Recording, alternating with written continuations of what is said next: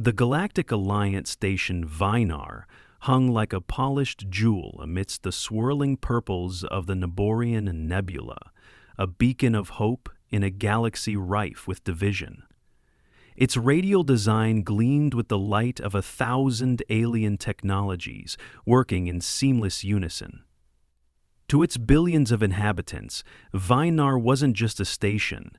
It was proof that cooperation could transcend species, philosophies, and even biology. Yet, as Dr. Nathan Callen weaved his way through the bustling corridors, all he could think was, this place is going to fall apart if they don't give me a bigger medbay. Dr. Nathan Callen, you're needed in medbay 3, urgently, chirped the station's AI assistant, in its annoyingly chipper tone. Nathan sighed, shifting a stack of patient datapads under one arm. His day had already been a blur of treating Dravinian scale rots, managing nebulite neuroflux, and defusing a shouting match between two species whose anatomies made cross-contamination a bureaucratic nightmare. And now, urgent usually meant life-threatening. Picking up his pace, Nathan jogged toward medbay 3, dodging a hovering sanitation drone. The station's corridors were alive with activity. Towering insectoids chittering in metallic tones, shimmering crystalline beings drifting by on levitating platforms, and cloaked reptilians clicking through holographic displays. Each step reinforced what Nathan already knew. He was an anomaly here, a lone human navigating a galaxy that regarded his species with equal parts curiosity and disdain. He arrived at medbay 3 to find a scene of chaos. 8 Thrin ambassadors, luminescent beings whose lattice-like bodies pulsed with a gentle inner glow, lay sprawled on biobeds. Their usually brilliant light was flickering erratically, their elongated limbs trembling as medical drones buzzed ineffectively around them. "Status report," Nathan demanded, setting his datapads aside as he addressed Melindra, the lead nebulite nurse. Her translucent body shimmered like a liquid gemstone, her voice as calm as a flowing stream. "They collapsed during a diplomatic summit," Melindra said, gesturing toward the nearest bed. "Symptoms include severe fatigue, respiratory distress, and neurological anomalies. Standard diagnostics haven't identified a cause. Their bioluminescent patterns are destabilizing." Nathan leaned over the closest patient, frowning as he scanned the vitals displayed on the overhead monitor. The Thrin's body emitted faint crackles of light, like a short-circuiting neural network. "Have they consented to treatment?" he asked, already suspecting the answer. Melindra's glow dimmed slightly in what Nathan had learned to interpret as exasperation. "Reluctantly. They've demanded Thrin-specific technology only. They insisted on deploying a stabilization lattice, but—" She hesitated. "It didn't work," Nathan finished for her. "It didn't just fail," Melindra said. "It worsened their condition. They've already tried it twice." Nathan blew out a frustrated breath, his mind racing. "And yet they're still clinging to it," he muttered under his breath, earning a faint shimmer of agreement from Melindra. He moved to the head of the medbay, where Caldron, the Thrin ambassadorial leader, lay slightly more upright than the others. Despite their dimmed light and trembling form, Caldron managed to meet Nathan's gaze with something akin to defiance. "Ambassador Cauldron," Nathan began, keeping his tone measured, "I understand your preference for using Thrin technology, but with all due respect, it's clear that your systems aren't working. I'd like to propose an alternative, a treatment rooted in human medical science." Caldron tilted their elongated heads slightly, their lattice flickering in a pattern Nathan recognized as skepticism. Their voice, soft but resonant, replied, "Dr. Callen, your reputation precedes you, but human medicine is primitive. It relies on imprecise chemical interactions and invasive procedures. Our physiology is far more refined than your methods can comprehend." Nathan resisted the urge to roll his eyes. He'd heard it all before. the subtle and not-so-subtle reminders that human medicine was seen as a crude art compared to the advanced biotech of most galactic species. "True," he said instead, keeping his tone even, "but sometimes simplicity can achieve what complexity cannot. Your systems are elegant, Ambassador, but they're also rigid.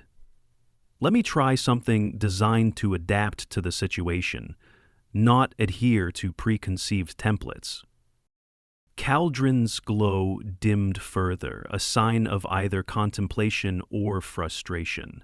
Finally, they spoke, their voice wavering. "And if your methods fail?" "Then we go back to the drawing board," Nathan replied without hesitation.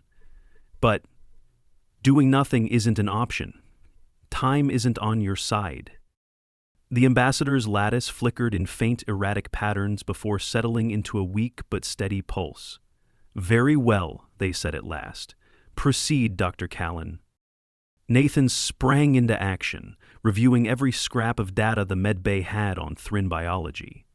Their physiology was breathtakingly alien, a web of bioluminescent pathways that served as a nervous system, circulatory system, and metabolic regulator all in one. It was elegant, perhaps too elegant. The redundancy and adaptability inherent in human biology were absent, leaving them vulnerable to cascading failures. "All right," Nathan muttered to himself, synthesizing compounds from the medbay's molecular printer. He combined Earth-Deli's anti-inflammatory agents with galactic biomolecules. Known for cellular stabilization, it wasn't sophisticated, but it was built on decades of human experience in patching up complex systems with simple tools. Hours later, he stood at Caldron's bedside, a microdose of the serum ready. "This is experimental," he admitted. "It's designed to stabilize your cellular irregularities and realign your energy lattice. I've minimized the invasiveness, but there's always a risk." Caldron's lattice flickered weakly in acknowledgement. "Proceed." Nathan injected the serum, his breath held as he watched the monitors. For several tense moments, nothing happened. Then, gradually, the erratic flickers of Caldron's bioluminescence began to settle. Their breathing eased, their trembling stilled, and their lattice emitted a steady, rhythmic glow. "Remarkable," Caldron murmured, their voice still faint but tinged with wonder. "Primitive, yet effective." Encouraged, Nathan replicated the treatment for the other delegates, carefully monitoring each response. By the end of the day, all 8 Thrin ambassadors were stable, their light pulsing in harmonious patterns. Relief flooded the medbay, the once chaotic space now calm and quiet. The calm didn't last. The next morning, Melindra intercepted Nathan in the corridor. Her glow was faint, her tone unusually sharp. "Dr. Callen, we have a problem. The Thrin delegation is refusing further treatment." Nathan blinked, stunned. "Refusing? Why? The serum worked." "Apparently they're disturbed by how it worked," Melindra replied, her frustration palpable. "And they're calling it unnatural, a crude solution that violated their biological sanctity." Nathan groaned, rubbing his temples. So they rather be sick than admit our primitive methods helped?" "It seems so," Melindra said, her tone clipped. Shaking his head, Nathan strode toward the Thrin quarters. He found Caldron seated among the other delegates, their glow steady but subdued. "Ambassador," Nathan began, his tone firm, "I understand your concerns about my methods, but this isn't about pride or tradition. It's about survival. The serum saved you, and it can save you again." Caldron's gaze was unreadable, their lattice flickering faintly. "Your methods unsettle us, Dr. Callen. They lack the refinement of our own systems, relying on brute force and chemical manipulation. It feels invasive." Invasive or not, it worked, Nathan countered. And with time, we can refine the treatment, make it less disruptive, but only if you let us. A long silence followed. Then, finally, Caldron's glow brightened faintly. Very well. Proceed, Dr. Callen. Show us what human medicine can achieve. The weeks that followed transformed Nathan's medbay into a hub of curiosity and contention. The Thrin delegates recovered fully, and whispers of human ingenuity rippled across the station. Skepticism remained, but so did hope. Caldron, once skeptical, began to speak of Nathan's methods with begrudging respect. Perhaps, they mused one day, there is something to be learned from your unconventional approaches. Nathan smiled, his voice quiet but firm. I'd say there's something we can learn from each other. For all their sophistication, the galaxy had overlooked a fundamental truth. Sometimes, the simplest solutions carried the greatest power. Has word of Dr. Nathan Callen's success with the Thrin delegates spread across the Galactic Alliance Station Vynar, the medbay transformed into an unlikely epicenter of attention. Nathan, accustomed to long hours of grueling work with little fanfare, found himself at the heart of an interstellar debate. To some, he was a pioneer, proving that human medicine had a place in galactic health sciences.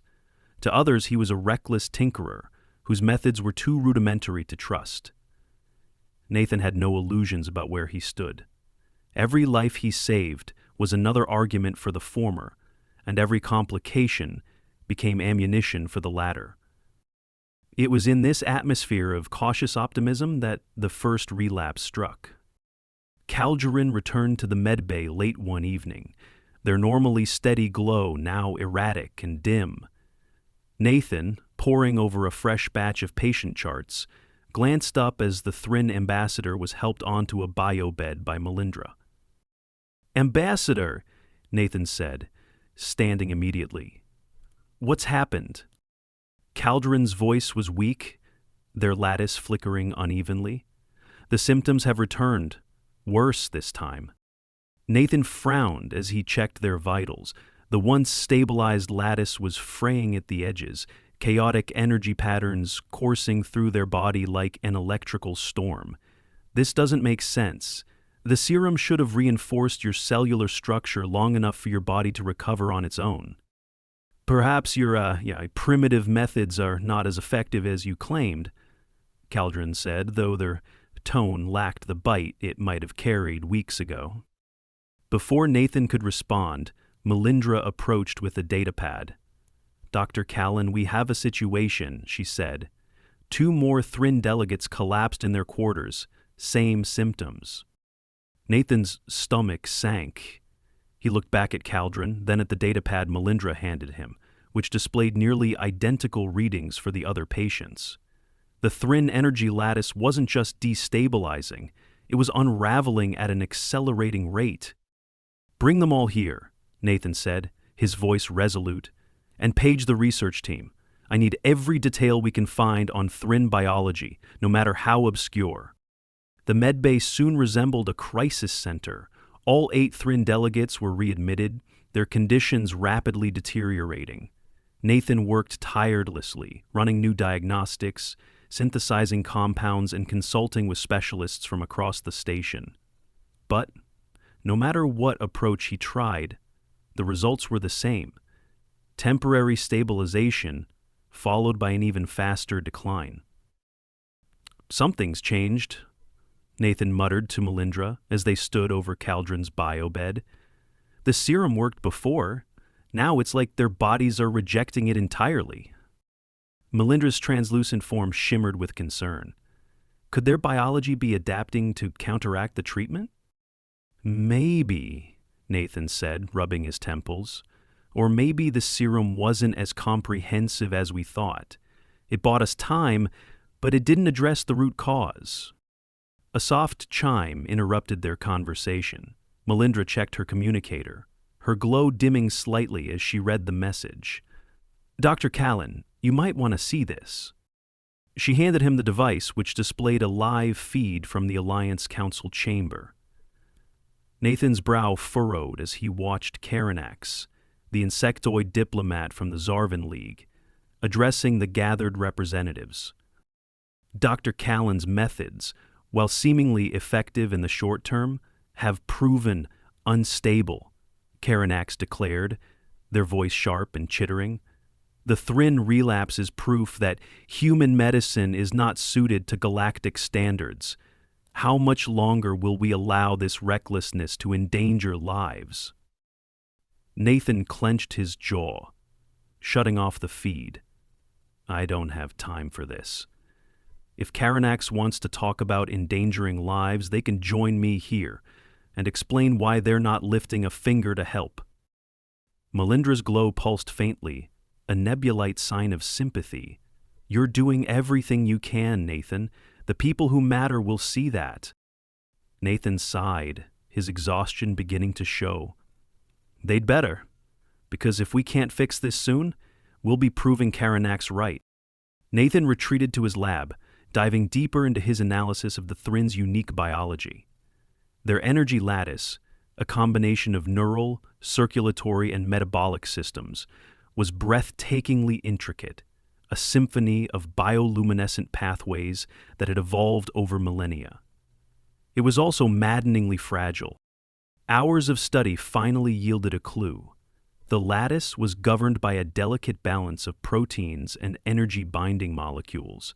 Nathan's original serum had stabilized this balance temporarily, but it had also triggered a cascade effect, overstimulating dormant cellular pathways.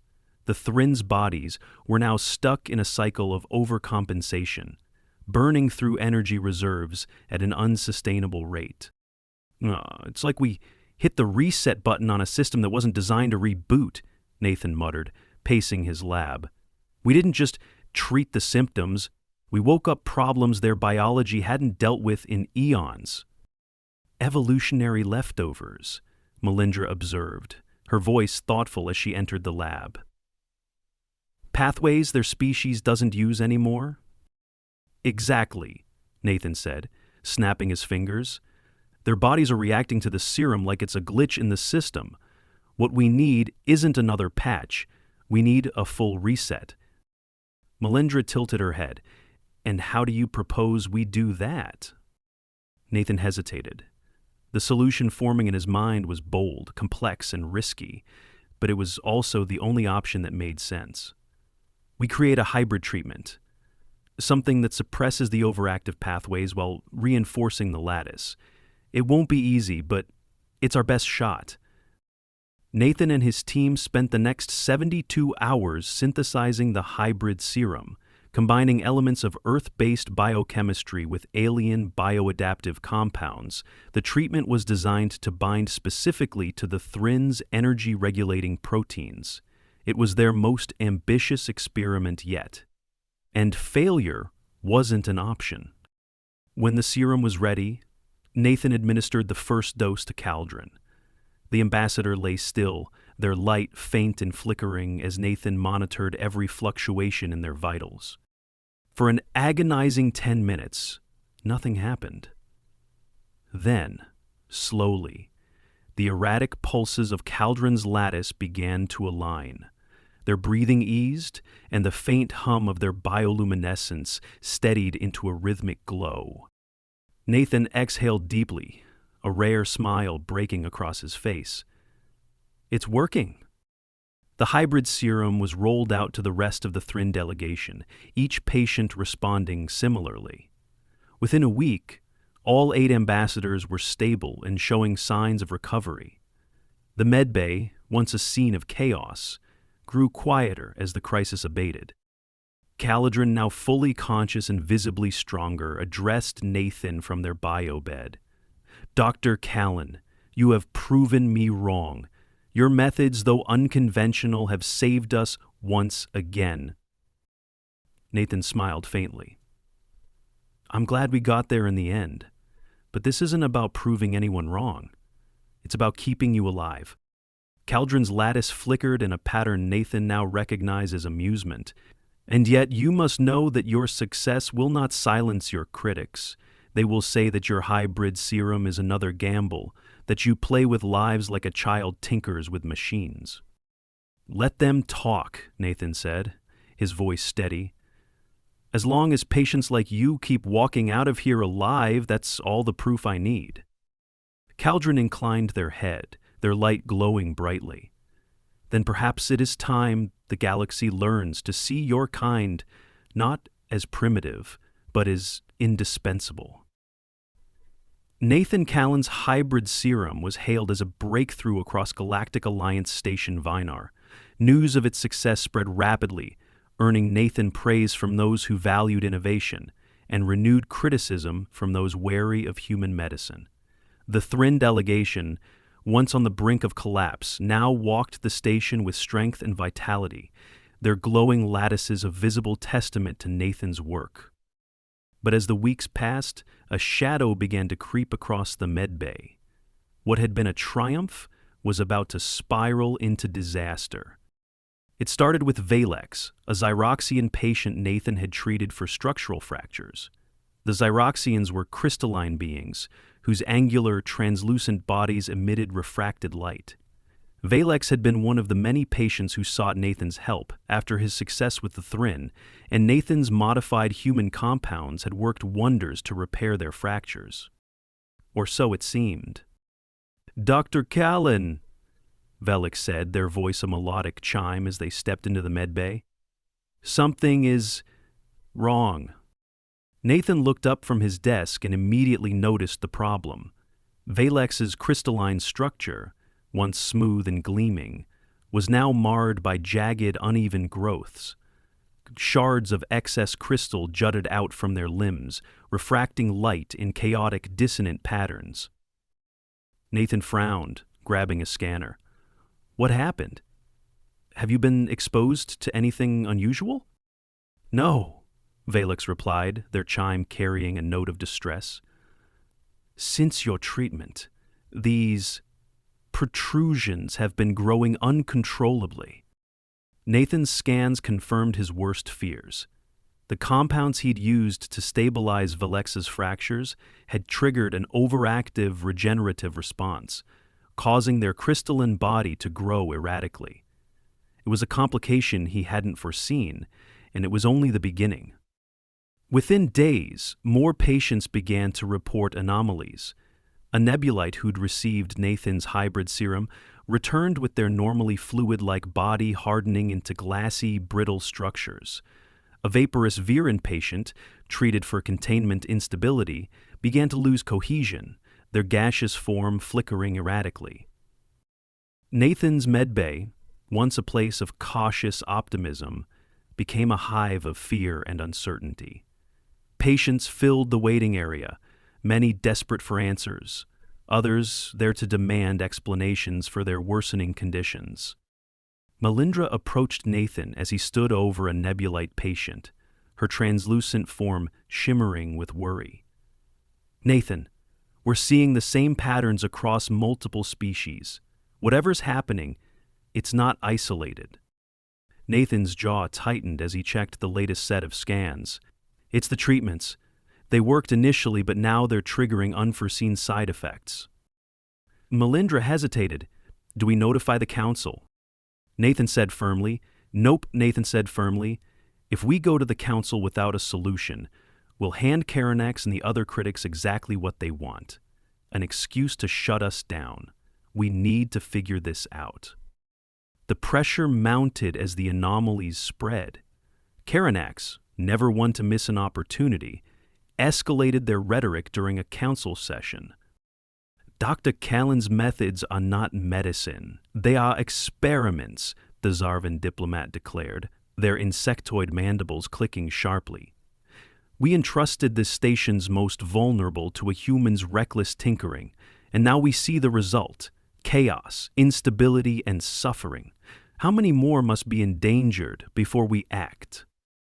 The speech was broadcast across the station, and Nathan watched it in the medbay's break room with gritted teeth.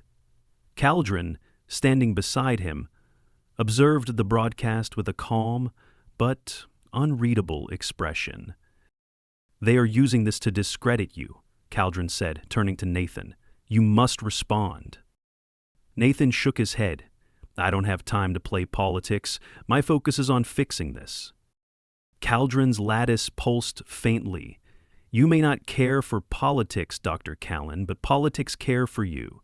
If you do not address the council, others will define your narrative for you." Nathan retreated to his lab, determined to find the cause of the outbreak.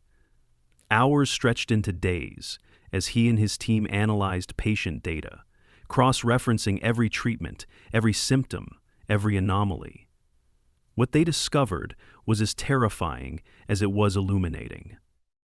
"It's a cascade effect," Nathan explained to Melindra during a late-night meeting. "The treatments I've been using, both the hybrid serum and the other compounds, interact with species' dormant biological pathways. It's like flipping switches that were never meant to be flipped.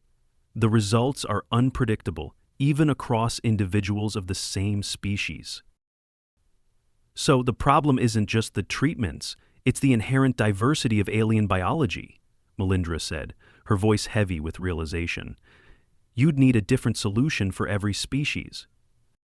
"Not just every species," Nathan corrected. "Every patient. Alien biology is so specialized, so fine-tuned, that even slight variations can lead to wildly different outcomes. Human medicine works because it's flexible, adaptable. But here," he gestured to the data pads strewn across the lab, "here, it's like playing chess with 1,000 different rulebooks." Melindra was silent for a moment, then said softly, "Do you have a plan?" Nathan sighed, running a hand through his hair. "I think so, but it's going to take everything we've got." Nathan proposed a radical solution, a multi-phase treatment protocol tailored to each patient's unique biology. Using a combination of bioscanning technology and adaptive compounds, the protocol would suppress the runaway regenerative responses while stabilizing cellular systems. It was an ambitious plan, requiring unprecedented precision and collaboration. Callen volunteered to undergo the treatment first. "You have proven yourself before, Dr. Callen," they said, their glow steady despite the uncertainty. "I trust you will succeed again." The treatment process was painstaking. Nathan and his team worked around the clock, calibrating the compounds to Callen's exact biometrics. For hours after administering the first dose, Nathan monitored every fluctuation in the ambassador's vitals, his tension palpable. Then, slowly, Callen's erratic lattice began to stabilize. The chaotic flickers aligned into smooth, rhythmic pulses, their breathing steadying as their glow brightened. "It is working," Callen said, their voice faint but clear. Nathan exhaled, the weight of days of uncertainty lifting ever so slightly. "One down," he muttered. "Dozens more to go." The revised treatment protocol was rolled out to the other affected patients, each case presenting new challenges. Progress was slow, but the results were consistent. Stability returned, anomalies subsided, and hope began to creep back into the medbay. When the last patient was declared stable, Nathan allowed himself a rare moment of relief, but the victory was bittersweet.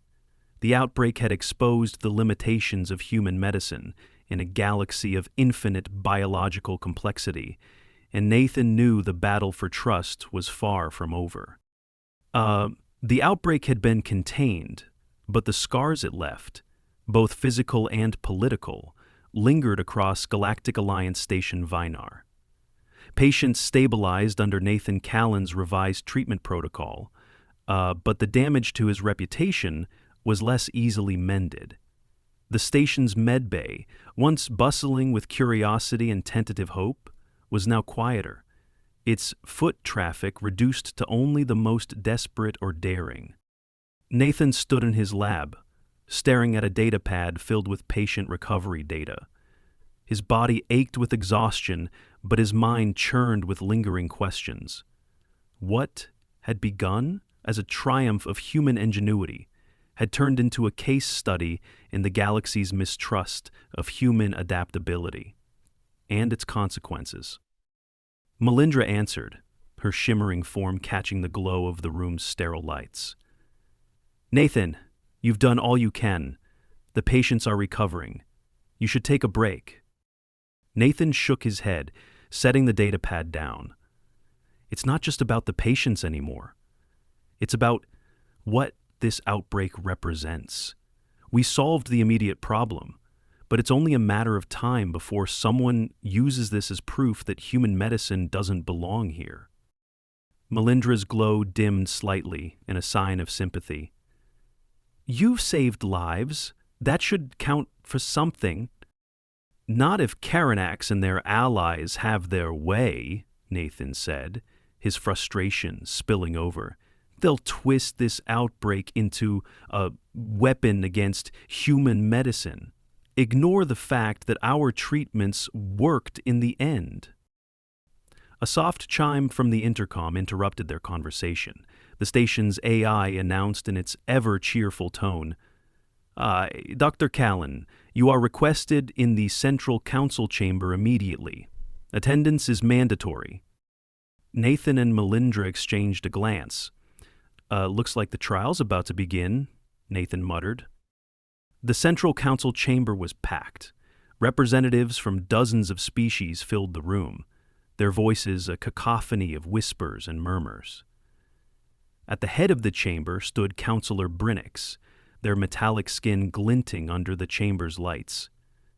Nathan stood at the central podium, his presence drawing a mix of curious stares and skeptical glares.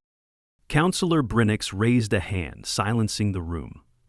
"Dr. Nathan Callen," they began, their voice resonant and authoritative, "you are here to answer for the events surrounding the recent outbreak and the methods employed to resolve it.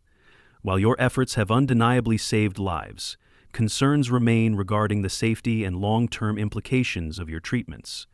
You may address the council." Nathan stepped forward, his exhaustion replaced by determination. "Counselor Brinix, members of the Alliance, I won't deny that mistakes were made. My treatments caused complications we didn't foresee. But the truth is, those complications arose because human medicine operates differently from what most of you are used to. It's not based on rigid systems or pre-designed templates. It's built on adaptability, on finding solutions when none seem to exist." A ripple of murmurs swept through the chamber. Karanax, seated among the delegates, rose to their feet. And that adaptability nearly cost lives. "You play with forces you don't understand, Dr. Callen, experimenting on alien bodies as if they were your own kind. How is that medicine? It's recklessness, a stark rejection of the human form that we share with each other. The creatures trying to live as if they were your own kind. How is that medicine? It's recklessness." Nathan met Karanax's gaze. Recklessness is leaving people to suffer because their biology doesn't fit into a convenient framework. Recklessness is doing nothing when you have the tools to try. My methods aren't perfect, but they're built on one principle: saving lives, no matter the odds. Caldrons stood from their seat, their bioluminescent lattice glowing brightly. "Dr. Callen speaks the truth. I am alive because of his willingness to act where others would not. His methods, though unconventional, are not reckless. They are innovative, and they remind us that medicine is not about perfection. It is about hope." The room fell silent, the weight of Caldron's words settling over the council like a heavy blanket. Counselor Brinix turned to Nathan. "Dr. Callen, what do you propose to prevent such incidents in the future?" Nathan took a deep breath. Collaboration," he said simply. "Human medicine isn't a threat, it's a resource.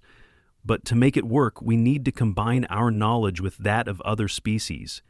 Let's build a shared database, exchange research, and create treatments that honor the unique biology of every patient.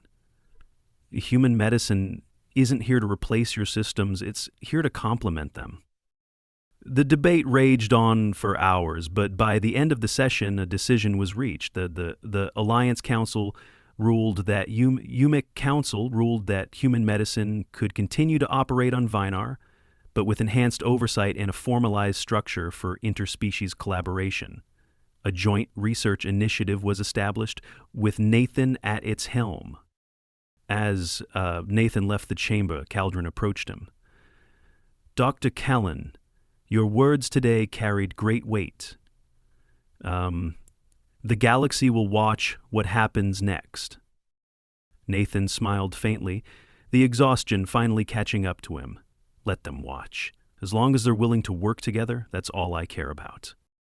In the following weeks, the medbay became a hub of cooperation. Alien specialists worked alongside Nathan and his team, sharing techniques and insights. The Joint Research Initiative began producing breakthroughs that combined the precision of alien biotechnologies with the adaptability of human medicine. Callen, fully recovered and glowing with vibrant light, visited Nathan one last time before departing Vynar. "Dr. Callen, you've not only saved lives, you've changed perceptions. Perhaps one day the galaxy will see your methods not as primitive, but as extraordinary." Nathan chuckled, shaking the ambassador's hand.